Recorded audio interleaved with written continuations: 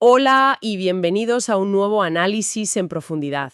Hoy nos metemos de lleno en un tema que de verdad parece sacado de la ciencia ficción, pero que es física de vanguardia pura y dura: la luz. En concreto, vamos a analizar un artículo científico que explora una clase de haces de luz que son, muy especiales. Y para empezar, lanzo una pregunta.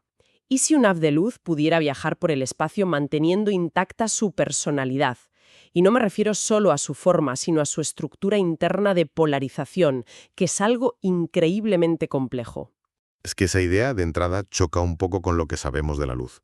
La luz, por su propia naturaleza, se expande, se difracta, vamos, que evoluciona al propagarse.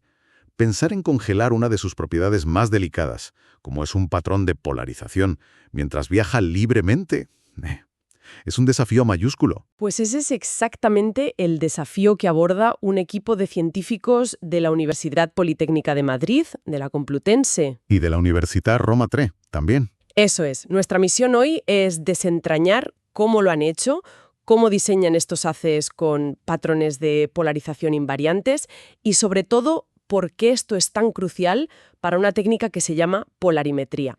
Queremos entender la física que hay detrás y, claro, para qué sirve en el mundo real. La verdad es que es un viaje fascinante.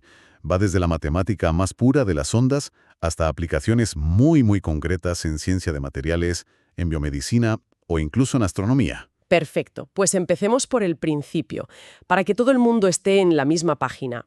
¿Qué es exactamente la polarimetría? Pues, a ver, en esencia es una técnica no invasiva para interrogar a un material. Lo que haces es iluminar una muestra con luz de una polarización que tú controlas y mides con muchísimo cuidado cómo cambia esa luz después de interactuar con la muestra. Esos cambios son una auténtica mina de información. Me gusta mucho la analogía de las gafas de sol, polarizadas. Si miras un lago con ellas puestas, de repente ves los peces bajo la superficie, porque has eliminado el reflejo. Y si las giras, el efecto cambia. La polarimetría hace algo parecido, pero, claro, de una forma mucho más sofisticada. Usa, por así decirlo, muchos tipos de gafas para revelar propiedades ocultas de un material. Como su composición, si tiene tensiones internas o estructura molecular, un montón de cosas. Exacto. Y el método tradicional, como bien señala el artículo, consiste en hacer eso, en probar esas gafas una por una. Iluminas la muestra con luz polarizada verticalmente, mides. Luego con luz polarizada horizontalmente, mides. Luego circular a derechas y mides otra vez. Y así al menos 4 veces, de forma secuencial. Y aquí es donde me imagino que surge el primer gran problema. Hacer las cosas una por una suena lento. Muy lento. Y ese es de hecho el talón de Aquiles del método clásico. Si estás estudiando un trozo de vidrio, un material estático, bueno, la lentitud es un inconveniente, pero es asumible. Pero, ¿y si tu muestra está viva? Se está cambiando. Imagina que quieres estudiar una reacción química en tiempo real. O el plegamiento de una proteína o una célula dividiéndose. Justo, son procesos que ocurren en milisegundos. Claro, para cuando haces la cuarta foto, el sujeto ya no es el mismo que en la primera. El resultado final no es un retrato fiel, es un borrón incoherente de 4 momentos distintos. Grama. El objetivo final de la polarimetría es medir algo que se conoce como la matriz de Mueller de la muestra. Otro término técnico. ¿Cómo podemos visualizar esa matriz? A ver si podemos bajarlo a tierra. Pensemos en la matriz de Mueller como el ecualizador de audio más avanzado que puedas imaginar, pero para la luz. Si la luz que envías es, digamos, la canción original, la matriz te dice con un detalle exquisito cómo el material le sube los graves, le baja los agudos o le añade reverb. Ah, vale. Es el ADN completo de cómo ese material interactúa con cualquier tipo de luz. Para reconstruir ese ecualizador de 4x4, necesitas enviarle al menos 4 canciones de prueba. O sea, 4 estados de polarización independientes. Eso es. El método secuencial lo hace, pero con el coste del tiempo. Entendido. El método tradicional es lento, y si la muestra se mueve, la foto sale borrosa. Entonces, ¿cuál es el primer intento para solucionar esto? ¿Cómo se consigue esa foto instantánea? Pues aquí es donde el equipo rompe un poco con todo.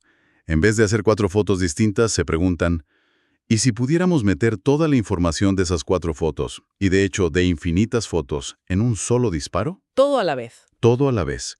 La idea es diseñar un único haz de luz que en su sección transversal, en el espacio, ya contenga todos los estados de polarización posibles. Simultáneamente. Es como un mosaico. Exacto. Un universo de polarizaciones en un solo instante. Se llaman haces full Poincaré. Es pasar de la fotografía secuencial al vídeo de altísima velocidad, pero en una sola toma. Y la figura 1 del artículo que muestra uno de estos haces es hipnótica. No es solo un punto de luz. Se ve un patrón complejísimo de zonas brillantes y oscuras y superpuesto un mapa de pequeñas elipses de colores que te dicen punto por punto cómo está polarizada la luz. Ves polarizaciones lineales, circulares, elípticas, todo conviviendo en el mismo espacio. Es una herramienta potentísima. Lanzas este haz sobre tu muestra, pones una cámara digital detrás y en un solo fotograma capturas cómo el material ha afectado a todos esos estados de polarización a la vez. El problema de la velocidad, con esto, queda resuelto de un plumazo. Un momento. Me estás diciendo que con un solo disparo de este haz lo tienes todo. Suena demasiado bueno para ser verdad. ¿Dónde está la trampa? Porque siempre hay una. La hay. Y es una trampa muy práctica. Esto funciona de maravilla si tu muestra es, digamos, del tamaño de una moneda. Puedes proyectar el haz directamente sobre ella y listo. Pero la ciencia hoy en día vive en el microcosmos. Exacto. ¿Qué pasa si quieres analizar una célula individual o un defecto minúsculo en un microchip? Necesitas enfocar el haz, concentrar toda esa información en un área diminuta. Y para enfocar usas lentes, objetivos de microscopio. Justo. Y ahí es donde nace el nuevo monstruo. Esos componentes ópticos, por muy buena calidad que tengan, no son perfectos. Sus curvaturas, sus recubrimientos, todo puede alterar sutilmente la polarización de la luz que los atraviesa. Así que el haz que llega a tu muestra ya no es el mosaico de polarizaciones perfecto que habías diseñado. Sino una versión distorsionada. Distorsionada y contaminada por tu propio sistema de medida. Vaya el clásico problema del observador. El acto de medir altera lo que quieres medir. La solución para el problema de la velocidad ha creado un problema de fidelidad. Has dado en el clavo. Es como inventar un coche de carreras que solo puede correr en una carretera perfectamente recta. En el mundo real, con sus curvas y sus baches, es inútil. Vale, entonces el equipo resuelve el problema de la velocidad, pero al hacerlo, crean este monstruo de la distorsión por las lentes. Aquí es donde yo pensé que el artículo se rendía, pero no. Aquí es donde sacan la artillería pesada. Aquí es donde viene la idea verdaderamente profunda del trabajo. Se preguntan, ¿y si pudiéramos deshacernos de las lentes? ¿Y si pudiéramos crear un haz full Poincaré que fuera, por así decirlo, inmune a la propagación? Una es que no cambiara. Un haz cuyo patrón de polarización se mantuviera idéntico mientras viaja, simplemente haciéndose más grande o más pequeño. Con un haz así, no necesitarías un sistema óptico para ajustar su tamaño. Simplemente moverías tu muestra hacia adelante o hacia atrás, hasta colocarla a la distancia justa donde el haz tenga el tamaño perfecto para tu experimento. ¡Qué bueno! Eliminarías el intermediario problemático, que es la lente. La cuestión es cómo se consigue esa invarianza. Y la física para lograrlo es de una elegancia tremenda. Cualquier haz de luz complejo, como el de la figura 1, se puede entender como la suma de varios bloques o componentes más simples, que son los modos gaussianos. La analogía que usan es la de un acorde musical. Me gusta. Un acorde complejo está hecho de varias notas individuales. Pues cada modo gaussiano es una nota fundamental de la luz. El problema es que, cuando la luz se propaga, el acorde se desafina. Cada nota viaja a su propio ritmo y su fase cambia de manera diferente por un efecto que llamamos la anomalía de fase de Gouy. La anomalía de Golay. Suena a algo salido de una novela de ciencia ficción. ¿Qué es lo que hace exactamente? ¿Por qué desafina la luz? Es un cambio de fase sutil pero fundamental que experimenta cualquier haz de luz al pasar por su foco. Lo crucial aquí es que la cantidad de cambio de fase depende del tipo de nota, del modo gaussiano. Así que si construyes tu acorde con notas diferentes, al propagarse, el desfase entre ellas aumenta y el patrón total, la melodía del haz, se distorsiona por completo. Y supongo que la genialidad del método es encontrar una forma de evitar que se desafine. Exacto. Descubren una regla de oro. Se dan cuenta de que cada modo, cada nota, tiene una especie de ritmo intrínseco de desfase. Este ritmo se puede cuantificar con un número, un parámetro que en el artículo llaman n. Lo que hacen es construir su acorde de luz eligiendo únicamente notas que comparten exactamente el mismo ritmo, el mismo valor de n. Todas sus partes lo hacen juntas, al unísono. Se mantienen sincronizadas. Perfectamente sincronizadas. La melodía interna, que es el patrón de polarización, se mantiene perfecto, simplemente se escala en tamaño. Esta regla de sincronización, la condición n, es el corazón del descubrimiento. Es una solución brillante en su simplicidad conceptual, pero seamos sinceras, ¿eso es realista? Un laboratorio no es un lugar perfecto. La gente camina, el aire acondicionado vibra.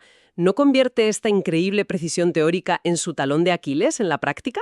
Es una pregunta excelente y es la gran objeción práctica. En la teoría, la condición es elegante, pero en la práctica, es el tipo de cosa que en un papel parece perfecta, pero que en el laboratorio te hace tirarte de los pelos durante semanas. Construir un sistema que genere los modos correctos con una pureza altísima y los combine con la fase y amplitud exactas es un desafío técnico de primer orden. Un simple reflejo indeseado, una mota de polvo en una lente, y toda esa preciosa invarianza se va al traste. Para demostrar que no es solo un castillo en el aire, nos dan un ejemplo concreto, ¿verdad? El que corresponde a la figura 1. Sí, para que veamos que es factible. Construyen su haz invariante combinando dos modos específicos, dos tipos de notas llamadas modos Laguerre-Gaussian, uno con los índices p igual a 1 y s igual a 3, y otro con p igual a 2 y s igual a 1. No hace falta entender qué significan esos números, solo que al aplicarles la fórmula para calcular su ritmo n... Ambos dan exactamente 5. Justo. Y como ambos tienen n a la 5, cumplen la regla de oro. El patrón de polarización que crean al combinarlos no cambia al propagarse. Correcto. Y aquí es donde volvemos a la aplicación. El objetivo no es solo crear un patrón bonito e invariante, es usarlo. Los autores demuestran que, conociendo la receta matemática de su haz, pueden calcular las coordenadas exactas dentro de ese patrón donde se encuentran los 4 estados de polarización óptimos. Para hacer la medida más precisa posible. ¿Eso es? ¿Te refieres a esos pequeños puntos rojos que se ven en la figura? Esos mismos. Corresponden a 4 polarizaciones que, en el espacio abstracto de la esfera de Poincaré, forman un tetraedro perfecto. Es la configuración geométrica más robusta para minimizar errores. Y fíjate en 2 detalles cruciales. Esos puntos están muy juntos, ideal para analizar una zona diminuta de una muestra. Claro. Y están en una región donde la luz es intensa, lo que garantiza una buena medida. Es una demostración de control exquisito. Pero volvemos a lo de antes. Si necesitas apuntar tu detector a esos 4 puntos microscópicos con esa precisión, ¿puede esto salir del papel a un equipo que se use de verdad en un hospital o en una fábrica? Ahí está el reto de ingeniería. La robustez del sistema en un entorno no ideal es la gran pregunta que este retículo, por ser fundamentalmente teórico y de prueba de concepto, no aborda en profundidad. Requiere sistemas de alineación y estabilización muy avanzados. Es factible, pero no es sencillo ni barato. Hacia el final el artículo parece que nos da un respiro, como si relajara un poco las reglas del juego. Mencionan que la condición de invarianza puede ser menos estricta. Sí, y este es un punto muy importante. Se dan cuenta de que si solo te interesa que el patrón sea el mismo muy lejos, en lo que se llama el campo lejano, la condición de sincronización no tiene por qué ser perfecta en todo el trayecto. Basta con que al final del camino las notas vuelvan a estar en fase. Como 2 corredores que van a ritmos diferentes pero que han sido cronometrados para llegar a la meta exactamente a la vez. Qué buena analogía. Exactamente eso. Matemáticamente, esto significa que sus ritmos, sus valores de n, ya no tienen que ser idénticos. Es suficiente con que difieran en múltiplos de 4. Esta relajación de la condición es crucial, porque de repente el número de recetas posibles para crear estos haces se multiplica hasta casi el infinito. Pasamos a tener una solución muy específica a tener toda una caja de herramientas. Precisamente. Demuestra que no estamos ante un truco aislado que funciona para un caso concreto, sino ante un principio de diseño fundamental en óptica. Abre la puerta a diseñar haces invariantes con formas muy diferentes o con perfiles de intensidad adaptados a necesidades concretas. Pasamos de una solución a una metodología general. Y eso multiplica exponencialmente las posibles aplicaciones. Fantástico. Creo que tenemos todas las piezas. Hagamos un resumen para asentar los puntos clave de este análisis. Adelante. Primero, el problema. Los métodos tradicionales para medir las propiedades ópticas de los materiales son demasiado lentos para estudiar muestras que cambian rápidamente, como las biológicas. Segundo, la primera solución, un haz full Poincaré, que contiene todas las polarizaciones a la vez, para una medida instantánea. Pero este enfoque crea un nuevo problema. El de las lentes, que las lentes necesarias para enfocarlo distorsionan la medida. Correcto. Tercero, la solución elegante a ese segundo problema. Diseñar un haz cuyo patrón de polarización sea inmune a la propagación.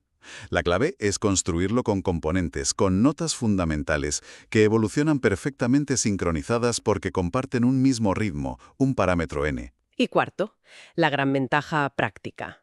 Esto permite analizar muestras microscópicas sin necesidad de sistemas ópticos intermedios que puedan corromper la medida. Simplemente se coloca la muestra a la distancia adecuada. Es una forma de sortear un problema fundamental de la metrología óptica. Un resumen perfecto del viaje. Y para terminar, como siempre, nos gusta dejar una reflexión en el aire, una idea para seguir pensando. Claro. El artículo se centra, de manera brillante, en la invarianza, en crear haces cuyo patrón de polarización no cambia. Pero, ¿y si el siguiente paso fuera justo lo contrario?